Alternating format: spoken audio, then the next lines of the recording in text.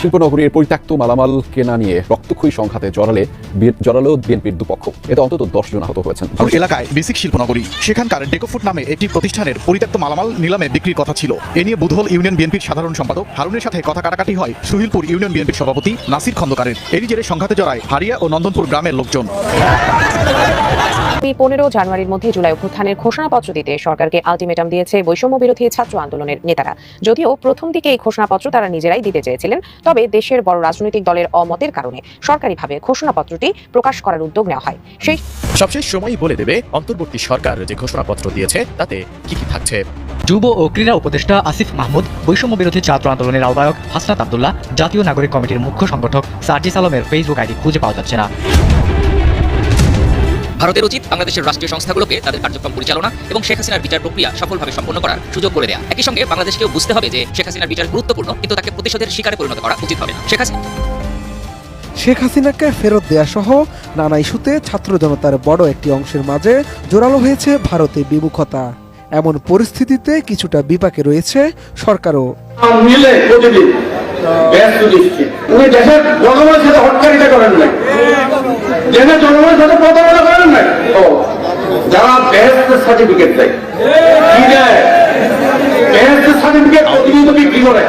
চট্টগ্রামে একটা ঘটনা ঘটেছিল। আসসালামু আলাইকুম রহমতুল্লাহ, সবাই কেমন আছেন? আশা করি সবাই অনেক অনেক ভালো এবং সুস্থ আছেন। সবাইকে স্বাগতম জানাচ্ছি আমাদের আরেক নতুন ভিডিওতে। প্রতিদিন মতো আমি আপনার জিরিয়াত ফারুকি। যতই দিন যাচ্ছে নানানভাবে বিতর্কে জড়িয়ে যাচ্ছে বিএনপি। অন্যদিকে হঠাৎ করে ডক্টর মোহাম্মদ ইউনূসকে কঠোর আলটিমেটাম দিয়ে বসলেন ছাত্র সমন্বয়করা, কিন্তু কেন, সেটা নিয়ে আমরা বিস্তারিত দেখব। অন্যদিকে ভারত কি আসলেই আদৌ শেখ হাসিনাকে ফেরত দিবে? আর ফেরত না দিলে বাংলাদেশ ভারতের সম্পর্ক কেমন হতে পারে নিয়ে জানবো বিস্তারিত। বুঝতে পেরেছেন আজকের ভিডিওটি অনেক অনেক গুরুত্বপূর্ণ, তাই আমি এই বিষয়টা নিয়ে আর বেশি বিস্তারিত বলবো না, কারণ ইতিমধ্যে আপনার ভিডিওর শুরুতে বেশ কিছু অংশ বিশেষ থেকে বুঝতে পেরেছেন আজকের ভিডিওটি কতটুকু গুরুত্বপূর্ণ হতে চলেছে। তাই সবাইকে অনুরোধ করব, ভিডিওটা একটু লম্বা হবে, তাই আপনাদেরকে অনুরোধ করবো ভিডিওটি সবাই এক মুহূর্ত না টেনে আশা করি সবাই ভিডিওটি ধৈর্য সহকারে শেষ পর্যন্ত দেখবেন। আর বেশি কথা বলেছেন আমরা একটা ভিডিও ফুটেজের মাধ্যমে ধারাবাহিকভাবে ভিডিওটা দেখিয়ে আসি। সবাই একটা লাইক দিয়ে ধৈর্য সহকারে ভিডিওটি দেখতে থাকুন।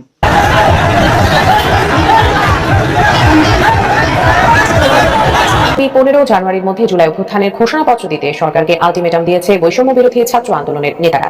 যদিও প্রথম দিকে এই ঘোষণাপত্র তারা নিজেরাই দিতে চেয়েছিলেন, তবে দেশের বড় রাজনৈতিক দলের অমতের কারণে সরকারিভাবে ঘোষণাপত্রটি প্রকাশ করার উদ্যোগ নেওয়া হয়। সেই সাথে এটি কিভাবে তৈরি হবে, কি কি থাকবে, আর বিএনপি বা কি চাইবে এই ঘোষণাপত্রে, তা নিয়ে আরো জানাচ্ছেন এসআই রাজ।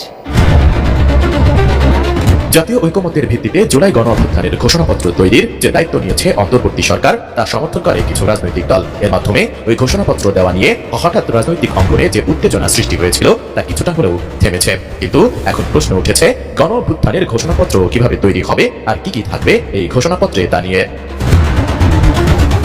অবশ্য বৈষম্য বিরোধী ছাত্র আন্দোলনের নেতারা ঘোষণাপত্রে 72-এর সংবিধানকে বাতিল করা সহ আওয়ামী লীগকে অপ্রাসঙ্গিক করার কথা আগে থেকেই বলে রেখেছেন। এই মুজিববাদী সংবিধান কবরস্থ ঘোষণা করা হবে, সেই যেখান থেকে এক দফার ঘোষণা দেওয়া হয়েছে, ঠিক সেই জায়গা থেকে মুজিববাদী 72-এর সংবিধানের কবর রচিত হবে। ঠিক সেই জায়গা থেকে আওয়ামী লীগ বাংলাদেশের প্রেক্ষাপটে একটি অপ্রাসঙ্গিক একটি রাজনৈতিক দল, যারা গণমানুষকে মানুষ হিসেবে স্বীকৃতি না দিয়ে নির্যাতন, নিপীড়ন, গুম এবং খুন এবং হত্যার যারা রাজনীতি করেছে, যার জনগণের বিপরীতে আশা আকাঙ্ক্ষার বিপরীতে দাঁড়িয়েছে, আমরা প্রত্যাশা রাখছি এই জুলাই প্রক্লেমেশন অফ জুলাই রেগুলেশনে এই নাৎসিবাদী এই দলটিকে সেখান থেকে বাংলাদেশ অপ্রাসঙ্গিক ঘোষণা করে। নির্মাণ কাজে আমি বেছে নিই CSRM 2500W committed for better still. অন্যদিকে বিএনপির দায়িত্বশীল নেতারা বলছেন, তারা এই ঘোষণায় কেবল জুলাই আগস্টের 36 দিনের গণ অভ্যুত্থানের সময় নয়, বিগত 16 বছরের আন্দোলনের ত্যাগের স্বীকৃতি চাইবেন। এ বিষয়ে বিএনপির মহাসচিব মির্জা ফখরুল ইসলাম আলমগীর বলেন, তারা মনে করেন এই ঘোষণায় বিগত 16 বছরের আন্দোলন সংগ্রাম, গুম, খুন, নির্যাতন, নিপীড়ন, জেল জুলুম সহ রাজনৈতিক দলগুলোর ভূমিকা সব থাকতে হবে। ফ্যাসিবাদ বিরোধী আন্দোলনে যুক্ত রাজনৈতিক দলগুলোর সঙ্গে আলোচনা করে এ বিষয়ে একমত হয়ে তা করতে হবে। যদিও ছাত্রদের জুলাই বিপ্লবের ঘোষণাপত্র নিয়ে ভিন্নমত আছে দেশের অন্যতম প্রধান রাজনৈতিক দল বিএনপির। তারা এটাকে বিপ্লব নয় বরং গণ অভ্যুত্থান হিসেবে মনে করে। ফলে প্রোক্লেমেশন নয়, গণ অভ্যুত্থান নিয়ে একটা ডিক্লারেশন বা ঘোষণা আসতে পারে বলে মনে করে দলটি। বিএনপি মনে করে জুলাই আগস্টে ছাত্র জনতার অভ্যুত্থান হয়েছে, সে অভ্যুত্থানের পর জাতীয় ঐক্যমতের ভিত্তিতে অন্তর্বর্তী সরকার গঠন হয়েছে। এই সরকার সংবিধান অনুযায়ী শপথ নিয়েছে। সরকার গঠনের প্রায় 5 মাসের মাথায় এসে বিপ্লবের ঘোষণাপত্র দেওয়ার সুযোগ নেই। অন্যদিকে বিষয়টি নিয়ে সতর্ক অবস্থান নিয়েছে বাংলাদেশ জামাতে ইসলামী। 30 ডিসেম্বর দলটির কেন্দ্রীয় নেতা ও প্রচার বিভাগের সেক্রেটারি মতিউর রহমান আকন্দ বলেছিলেন, তারা ছাত্রদের এই উদ্যোগকে স্বাধীন মত প্রকাশের জায়গা থেকে স্বাগত জানান। সবশেষ সময়ই বলে দেবে অন্তর্বর্তী সরকার যে ঘোষণাপত্র দিয়েছে তাতে কি কি থাকছে। যুব ও ক্রীড়া উপদেষ্টা আসিফ মাহমুদ, বৈষম্য বিরোধী ছাত্র আন্দোলনের আহ্বায়ক হাসনাত আব্দুল্লাহ, জাতীয় নাগরিক কমিটির মুখ্য সংগঠক সার্জিস আলমের ফেসবুক আইডি খুঁজে পাওয়া যাচ্ছে না। এছাড়া ঢাবি শিবিরের সভাপতি সাদিক কায়েম, ছাত্রনেতা সাইয়েদ আব্দুল্লাহ সহ বৈষম্য বিরোধী ছাত্র আন্দোলনের সঙ্গে সম্পৃক্ত আরও অনেকের ফেসবুক আইডি অদৃশ্য হয়ে গেছে। বৈষম্য বিরোধী ছাত্র আন্দোলনের এক সমন্বয়কের দাবি, তাদের কারো আইডি ডিজেবল বা নষ্ট হয়নি, আইডিগুলোতে কিছু সমস্যা হচ্ছিল, তাই তারা আইডি ডিঅ্যাক্টিভেট করে রেখেছেন। এ বিষয়ে সাইয়েদ আব্দুল্লাহ জানান, মঙ্গলবার বিকেলে হঠাৎ একটি মেসেজ পান যে তার আইডি ডিজেবল করে দেওয়ার চেষ্টা করা হচ্ছে। পরে আইডিতে গিয়ে সিকিউরিটি নিশ্চিত করে সেটির নিরাপত্তা নিশ্চিত করেন তিনি, কিন্তু পরে ঠিকই দেখা যায় আইডিটা সাসপেন্ড করে দেওয়া হয়েছে। আওয়ামী লীগের সাইবার টিম এই ঘটনায় জড়িত আছে দাবি করে সাইয়েদ আব্দুল্লাহ আরও বলেন, আইডি সাসপেন্ড হওয়ার পর বিভিন্ন পেজ থেকে যারা আন্দোলনে জড়িত ছিলেন তাদের টার্গেট করে এটা করা হচ্ছে বলে জানতে পেরেছেন তিনি। এই জন্য অনেকের আইডি সাসপেন্ড হয়েছে জানতে পেরেছেন তিনি। ফেসবুকে রিপোর্ট করে আওয়ামী লীগের সংঘবদ্ধ চক্র এটি করছে। এই ঘটনার পর বৈষম্য বিরোধী ছাত্র আন্দোলনের অনেক নেতা তাদের ফেসবুক আইডি ডিঅ্যাক্টিভেট করে রেখেছেন। বিষয়টি নিয়ে ঢাকা বিশ্ববিদ্যালয় শাখা ছাত্র শিবিরের সভাপতি সাদিক কায়েম তার একটি ফেসবুক পোস্টে লিখেছেন, বিশেষ নিরাপত্তা সংক্রান্ত কারণে তার আইডিটি ডিঅ্যাক্টিভ করা হচ্ছে। এদিকে crack platoon Bangladesh cyber force নামে একটি পেজ থেকে বৈষম্য বিরোধী ছাত্র আন্দোলনে যুক্ত থাকা অনেকের আইডি ও পেজ ডিজেবল করা হয়েছে বলে দাবি করা হয়েছে। এই তালিকায় সাইয়েদ আব্দুল্লাহ ও বৈষম্য বিরোধী ছাত্র আন্দোলনের চট্টগ্রাম বিশ্ববিদ্যালয়ের সমন্বয়ক খান তালাত মাহমুদ রাফি প্রমুখের আইডি ডিজেবল করার দাবি করা হয়েছে। অন্য আরেকটি স্ট্যাটাসে তারা দাবি করে বলেছে, হাসনাত আব্দুল্লাহর আইডি উড়িয়ে দেওয়ার পর ভয় পেয়ে তিনি ডিজেবল করে রেখেছেন। ভারতের সাথে আওয়ামী লীগের সখ্যতা বহু পুরনো। ৭১-এর মহান মুক্তিযুদ্ধ থেকে শুরু করে এ পর্যন্ত শেখ হাসিনা বা শেখ পরিবারের সাথে ভারতের সম্পর্ক অনেক গভীর। এর কারণও আছে, ৭১-এর মুক্তিযুদ্ধের পর থেকেই বাংলাদেশকে পরোক্ষভাবে তাদের স্বাধীনতা এবং সার্বভৌমত্বের উপর নানাভাবে নিজেদের ক্ষমতাকে জাহির করে রেখেছে প্রতিবেশী ক্ষমতাধর এই রাষ্ট্রটি। শেখ হাসিনার মতো একটি পুতুল সরকার বসিয়ে এতদিন ভারত বাংলাদেশের ক্ষমতার উপর ছড়ি ঘুরিয়েছে। বাংলাদেশের মতো একটি বাজার হঠাৎ হাতছাড়া হওয়ায় এখন মাথা খারাপের মতো অবস্থা মোদী প্রশাসনের। তারা শেখ হাসিনাকে আশ্রয় দেওয়ার মধ্য দিয়ে বাংলাদেশে একটি অস্থিতিশীল পরিবেশ জিয়ে রেখেছে। ভারত অবশ্য অনেকবারই বলেছে শেখ হাসিনার বিকল্প নেই এবং তারা বর্তমানে অন্তর্বর্তীকালীন সরকারকে ব্যর্থ প্রমাণ করার চেষ্টা করছে। কিন্তু স্মরণকালের ইতিহাসে বাংলাদেশের জনগণ ভারত বয়কট আন্দোলন এত তীব্রভাবে কখনো অনুভব করেনি। এই মুহূর্তে বাংলাদেশের স্লোগান, যে যত ভারত বিরোধী সে তত দেশপ্রেমী। এমন এক পরিস্থিতিতে শেখ হাসিনার বিচারের প্রশ্নে বাংলাদেশ সরকার বারবারই ভারত সরকারকে আনুষ্ঠানিকভাবে এবং অনানুষ্ঠানিকভাবে ফেরত চেয়েছে, কিন্তু ভারত সরকার শেখ হাসিনাকে ফেরত না দিয়ে এটিকে নিয়ে রাজনীতি করার চক্রান্তে নেমেছে। তারা ঘোলা পানিতে মাছ শিকার করতে চাইছে। তবে ডক্টর ইউনূস যেহেতু আন্তর্জাতিক ব্যক্তিত্ব, তার প্রভাবের কারণেই হেগে অবস্থিত আন্তর্জাতিক অপরাধ ট্রাইব্যুনাল আইসিসিতে শেখ হাসিনার ডাক আসতে পারে বলে এদেশের মানুষ বিশ্বাস করে। যদি তেমনটি হয় তখন মোদী প্রশাসন আন্তর্জাতিক চাপের মুখে পড়বে। তখন হাসিনার প্রভু রাষ্ট্র ভারত হাসিনাকে ফেরত না দিয়ে বিকল্প পথ আছে কিনা তা চিন্তা করতে বসে যাবে, যা কিনা সময় বলে দিবে। ক্ষমতাচ্যুত প্রধানমন্ত্রী শেখ হাসিনাকে দেশে ফেরত আনতে প্রয়োজনীয় ব্যবস্থা নেওয়ার জন্য পররাষ্ট্র মন্ত্রণালয় চিঠি দেওয়ার কথা জানিয়েছেন স্বরাষ্ট্র উপদেষ্টা জাহাঙ্গীর আলম চৌধুরী। তিনি বলেছেন, তাকে ফেরত পাঠানোর ব্যাপারে আমাদের পররাষ্ট্র মন্ত্রণালয়ে চিঠি পাঠানো হয়েছে, বিষয়টি প্রক্রিয়াধীন। বাংলাদেশ কূটনৈতিক চ্যানেলে শেখ হাসিনা প্রত্যাবর্তনের জন্য ভারতের কাছে অনুরোধ জানালেও ভারত সরকার এ ব্যাপারে কোনো মন্তব্য করেনি। আন্তর্জাতিক প্রথাগত আইনের অভিযুক্তকে হয় প্রত্যার্পণ নয়তো বিচার। নীতির আওতায় গুরুতর আন্তর্জাতিক অপরাধ যেমন গণহত্যা, যুদ্ধাপরাধ, মানবতা বিরোধী অপরাধ, গুম বা নির্যাতনের অভিযোগে অভিযুক্ত ব্যক্তিকে প্রত্যার্পণ বা বিচার করা যে কোনো রাষ্ট্রের দায়িত্ব। তবে শেখ হাসিনাকে বাংলাদেশে ফেরানোর বিষয়ে ভারত বাধ্য কিনা সেটা একটা প্রশ্নের বিষয় বলে মনে করছেন বিশেষজ্ঞরা। ভারতের উচিত বাংলাদেশের রাষ্ট্রীয় সংস্থাগুলোকে তাদের কার্যক্রম পরিচালনা এবং শেখ হাসিনার বিচার প্রক্রিয়া সফলভাবে সম্পন্ন করার সুযোগ করে দেয়া। একই সঙ্গে বাংলাদেশকেও বুঝতে হবে যে শেখ হাসিনার বিচার গুরুত্বপূর্ণ, কিন্তু তাকে প্রতিশোধের শিকারে পরিণত করা উচিত হবে না। শেখ হাসিনার বিচার প্রসঙ্গে এমনই মন্তব্য উঠে এসেছে ভারতের প্রভাবশালী ইংরেজি সংবাদ মাধ্যম হিন্দুর এক নিবন্ধে। দিল্লি বিশ্ববিদ্যালয়ের আইন অনুষদের সহকারী অধ্যাপক একলব্য আনন্দ এবং রয়্যাল হলওয়ে ইউনিভার্সিটি অব লন্ডনের আইন ও অপরাধ বিদ্যা বিভাগের লেকচারার শৈলেশ কুমারের ওই নিবন্ধে বিচারে মৃত্যুর ঝুঁকি থাকলে শেখ হাসিনা যদি আন্তর্জাতিক অপরাধ আদালতে যায়, সেক্ষেত্রে ঢাকা দিল্লির কাছে বিকল্প কি থাকতে পারে তাও উঠে এসেছে। নিবন্ধে উঠে এসেছে, বাংলাদেশ কূটনৈতিক চ্যানেলে শেখ হাসিনার প্রত্যর্পণের জন্য ভারতের কাছে অনুরোধ জানালেও ভারত সরকার এ বিষয়ে এখনো কোনো মন্তব্য করেনি। আন্তর্জাতিক আইন বলছে, গণহত্যা, যুদ্ধাপরাধ, মানবতা বিরোধী অপরাধ, গুম বা নির্যাতনের অভিযোগে অভিযুক্ত ব্যক্তিকে প্রত্যর্পণ বা বিচার করা যে কোনো রাষ্ট্রের দায়িত্ব। তবে শেখ হাসিনাকে বাংলাদেশে ফেরানোর বিষয়ে ভারত বাধ্য নয়। নিবন্ধে বলা হয়, 2013 সালে বাংলাদেশ ভারতের সঙ্গে একটি দ্বিপক্ষীয় প্রত্যর্পণ চুক্তি স্বাক্ষর করে। ভারতের প্রত্যর্পণ আইন 1962 অনুযায়ী শেখ হাসিনার ক্ষেত্রে বাংলাদেশ অনুরোধকারী রাষ্ট্র এবং ভারত অনুরোধ পাওয়া রাষ্ট্র। অনুরোধ পাওয়া রাষ্ট্র নিজের অবস্থান বজায় রাখতে ভারত যুক্তি দিতে পারে যে শেখ হাসিনা রাজনৈতিক অপরাধ করেছেন। এটি ভারতের জন্য প্রত্যর্পণ প্রত্যাখ্যান করার অন্যতম প্রধান বৈধ কারণ হতে পারে। দ্বিতীয়টি হলো, শেখ হাসিনা ভারতের নাগরিক না হলেও ভারতীয় সংবিধান অনুযায়ী তিনি ভারতের সুরক্ষা পেতে পারেন। বাংলাদেশের নির্যাতন এবং কারাগারের অবস্থার পূর্ববর্তী ইতিহাস এবং বর্তমান পরিস্থিতির ভিত্তিতে আদালত হাসিনাকে সুরক্ষা দেওয়ার যৌক্তিক অধিকার রাখে এবং ভারত সরকারও তাকে বাংলাদেশে প্রত্যর্পণ করা থেকে বিরত থাকার যৌক্তিকতা দেখাতে পারে। নিবন্ধে বলা হয়, প্রত্যর্পণ করা থেকে বিরত থাকার যৌক্তিকতা দেখালেও বিচারের ক্ষেত্রে বিকল্প ব্যবস্থা নিতে পারে ভারত। এক্ষেত্রে ভারত সরকার হাসিনাকে তার বর্তমান অবস্থার মতো একটি গৃহবন্দী অবস্থায় রাখার অনুমতি দিতে পারে এবং তাকে বিচার প্রক্রিয়ায় অংশগ্রহণের জন্য ভিডিও কনফারেন্সের মাধ্যমে বাংলাদেশের আদালতে একজন আইনজীবীর উপস্থিতিতে যুক্ত করার সুযোগ দিতে পারে। এরপর ভারত বাংলাদেশকে আশ্বস্ত করতে পারে যে তদন্ত এবং প্রমাণ সংগ্রহে তারা পূর্ণ সহযোগিতা করবে।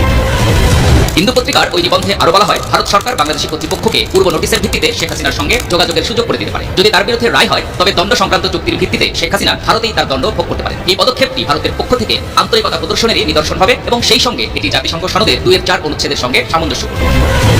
শেখ হাসিনার বিরুদ্ধে যেসব অভিযোগ আনা হয়েছে তা আইসিসির এখতিয়ারের মানদণ্ড পূরণ করে। তবে আইসিসি মূলত শেষ আশ্রয়স্থল এবং বিচার প্রক্রিয়ায় জাতীয় এখতিয়ারের ক্ষেত্রে সম্পূরক ভূমিকা পালন করতে পারে, প্রতিস্থাপনযোগ্য হতে পারে না। বাংলাদেশ এই বিচার প্রক্রিয়া দেশীয় স্তরে শুরু করেছে বিধায় এখানে আইসিসির হস্তক্ষেপ করার কোনো সুযোগ নেই। নিবন্ধে বলা হয়, আন্তর্জাতিক অপরাধ আদালতের রোম সংবিধি অনুযায়ী যদি অভিযুক্তের অধিকার ঝুঁকির মধ্যে থাকে এবং বিচারিক প্রক্রিয়া স্বাধীন ও নিরপেক্ষভাবে পরিচালিত না হয় বলে প্রতীয়মান হয়, এমন ক্ষেত্রে বাংলাদেশ এই বিষয়টি নিজে থেকে আইসিসির কাছে পাঠাতে পারে অথবা আইসিসির কৌশলীর কার্যালয় প্রাথমিক অনুসন্ধান শুরু করতে পারে। তবে অধিকার ক্ষুণ্ণ হওয়ার আশঙ্কা যৌক্তিক প্রতীয়মান হলে শেখ হাসিনাও আইসিসির কাছে আত্মসমর্পণ করতে পারে, এই নিশ্চয়তার শর্তে যে তাকে বাংলাদেশে প্রত্যর্পণ করা হবে না। Desk report, 52 TV. বিসিক শিল্পনগরীর পরিত্যক্ত মালামাল কেনা নিয়ে রক্তক্ষয়ী সংঘাতে জড়ালো বিএনপির দুপক্ষ। এতে অন্তত 10 জন আহত হয়েছেন। ভাঙচুর ও অগ্নিসংযোগ করা হয়েছে বেশ কিছু বাড়িঘর ও ধানের গোলায়। আইনশৃঙ্খলা বাহিনী পরিস্থিতি নিয়ন্ত্রণে আনে পরে। কারো হাতে লাঠি, কারো হাতে টেটা সহ দেশীয় অস্ত্র, চলছে পাল্টাপাল্টি হামলা। মঙ্গলবার এভাবেই রক্তক্ষয়ী সংঘাতে জড়ায় বিএনপির দুপক্ষ। ব্রাহ্মণবাড়িয়া সদরের নন্দনপুর এলাকায় বেসিক শিল্পনগরী, সেখানকার ডেকোফুড নামে একটি প্রতিষ্ঠানের পরিত্যক্ত মালামাল নিলামে বিক্রির কথা ছিল। এ নিয়ে বুধল ইউনিয়ন বিএনপির সাধারণ সম্পাদক হারুনের সাথে কথা কাটাকাটি হয় সুহিলপুর ইউনিয়ন বিএনপির সভাপতি নাসির খন্দকারের। এরই জেরে সংঘাতে জড়ায় হারিয়া ও নন্দনপুর গ্রামের লোকজন। সংঘর্ষ চলাকালে বেশ কিছু বাড়িঘরে হামলা ভাঙচুর করা হয়, আগুন দেওয়া হয় ধানের গোলায়। এতে ছড়িয়ে পড়ে আতঙ্ক, আহত হয় অন্তত 10 জন। আমার কথা আমার বন্ধ ভাঙছে, আমার গাড়ি ভাঙছে, বনের গুলা ফুটছে। হারিয়া গ্রামের লোক আমার গাড়ি ভাঙচুর করছে এবং আগুন ধরেছে। আমি এটা বিচার চাই। ঘটনাস্থলে যায় আইন শৃঙ্খলা বাহিনী, ফাঁকা গুলি ছুড়ে পরিস্থিতি নিয়ন্ত্রণে আনে তারা। আহতদের ভর্তি করা হয়েছে হাসপাতালে। উচ্ছিষ্ট ডাস্ট কেনাবেচা নিয়ে দুই পক্ষের মধ্যে তর্ক বিতর্ক থেকে সংঘর্ষের সূত্রপাত। উভয় পক্ষে প্রায় 600-700 লোক একত্রিত ঝগড়া লিপ্ত হয়। আমরা সেখানে উপস্থিত হয়ে পরিস্থিতি নিয়ন্ত্রণে আনি খুব স্বল্প সময়ের মধ্যেই। সংঘর্ষের পর এলাকায় উত্তেজনা বিরাজ করছে, জোরদার আছে নিরাপত্তা। ওবায়দুর রহমান, যমুনা নিউজ। বান্ধার গোবিন্দগঞ্জে বিএনপির দুই গ্রুপের মধ্যে দফায় দফায় ধাওয়া পাল্টা ধাওয়া হয়েছে। বুধবার সন্ধ্যা থেকে রাত 8:30 পর্যন্ত গোবিন্দগঞ্জ পৌর শহরের কুঠিবাড়ি সড়ক, থানামোড় এবং বাজার এলাকায় এই ঘটনা ঘটে। পুলিশ জানায়, ছাত্রদলের প্রতিষ্ঠাবার্ষিকী অনুষ্ঠানের ব্যানারে ছোট অক্ষরে নাম লেখাকে কেন্দ্র করে জেলা বিএনপির সহ সভাপতি ফারুক আহমেদ এবং উপজেলা বিএনপির আহ্বায়ক ফারুক আহমেদের সমর্থকদের মধ্যে ধাওয়া পাল্টা ধাওয়া চলে। পরে লাঠি এবং দেশীয় অস্ত্র হাতে বিক্ষোভ মিছিল করেন নেতাকর্মী। এরপর মহাসড়ক এবং বিভিন্ন মোড়ে তাদেরকে অস্ত্র হাতে অবস্থান এবং মহড়া দেখা দেয়। খবর পেয়ে পরিস্থিতি নিয়ন্ত্রণে আনে পুলিশ। দিন যত যাচ্ছে, ভারতে অবস্থানরত বাংলাদেশের সাবেক প্রধানমন্ত্রী শেখ হাসিনাকে ফেরত আনা নিয়ে বাড়ছে জল্পনা।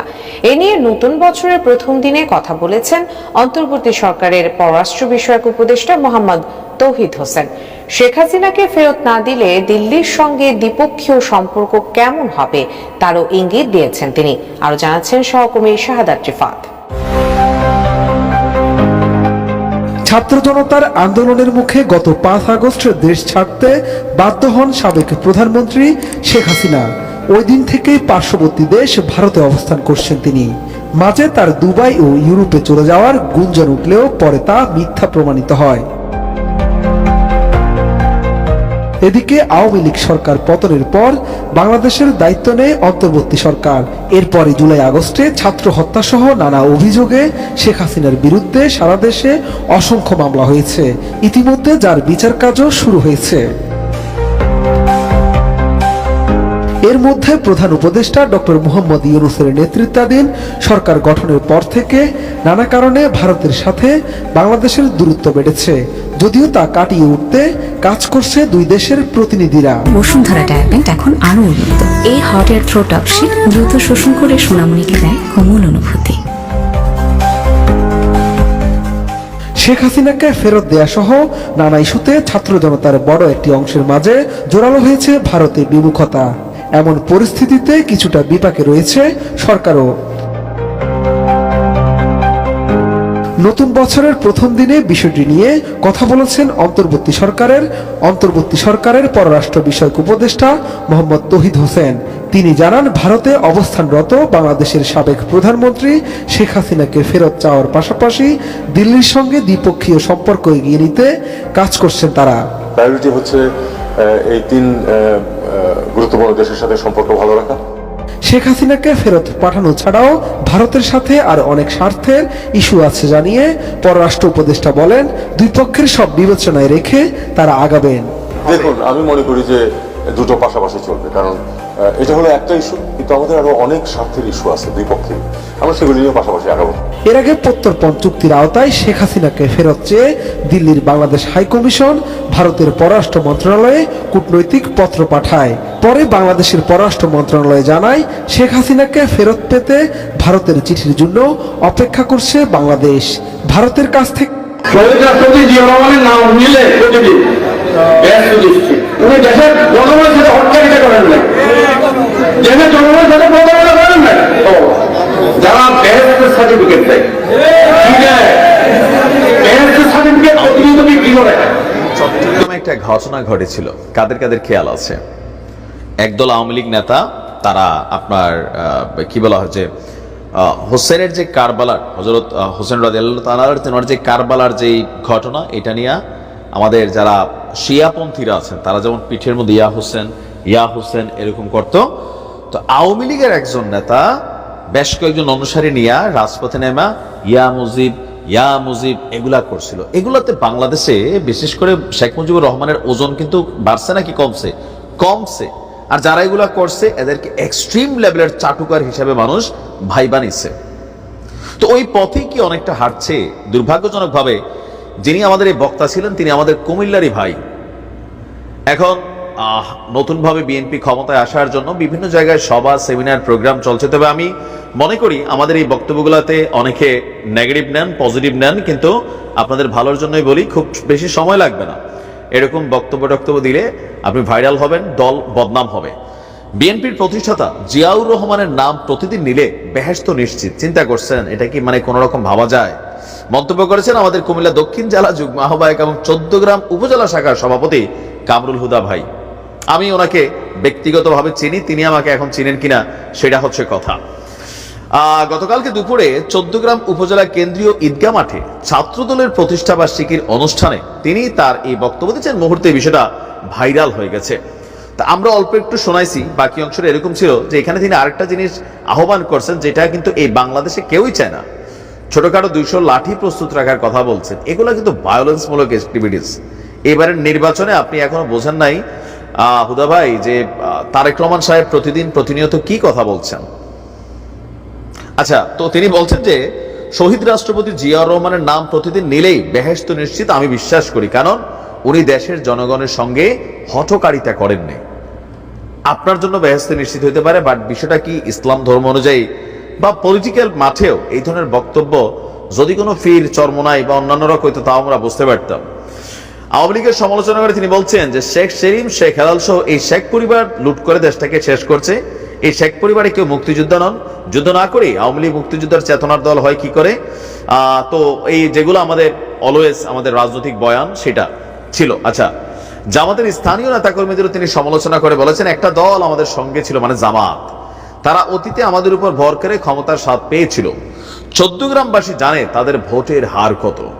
আগামী নির্বাচনের সময় প্রতিটি কেন্দ্রের জন্য 200 করে ছোট লাঠি প্রস্তুত রাখতেও নেতা কর্মীদের তিনি নির্দেশ দেন।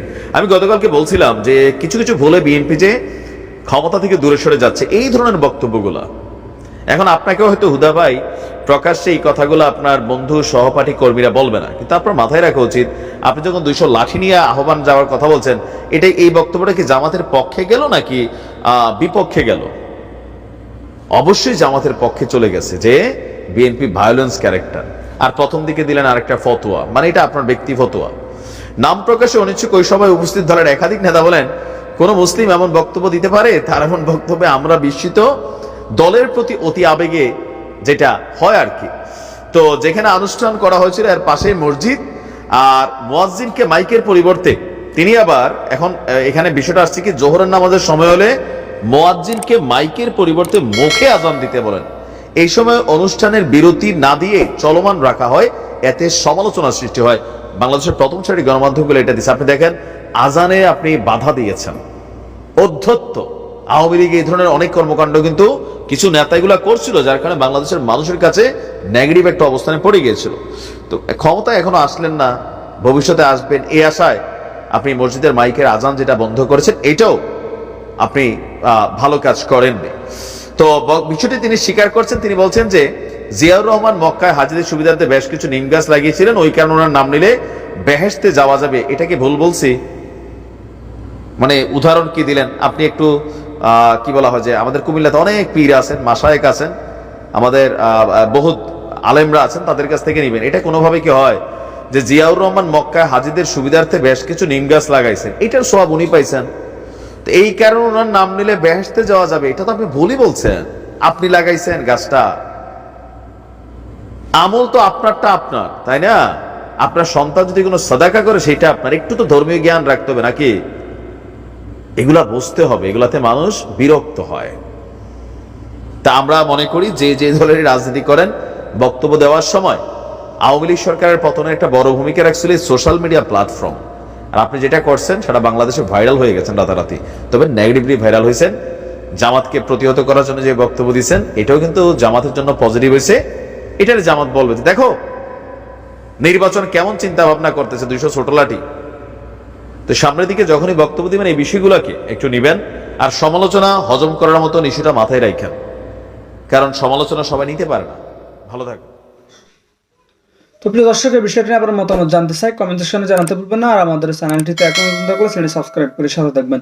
কে কোথা থেকে আজকের ভিডিও দেখেছেন অবশ্যই দ্রুত কমেন্টে জানিয়ে ফেলেন। ধন্যবাদ সবাইকে, আল্লাহ হাফিজ।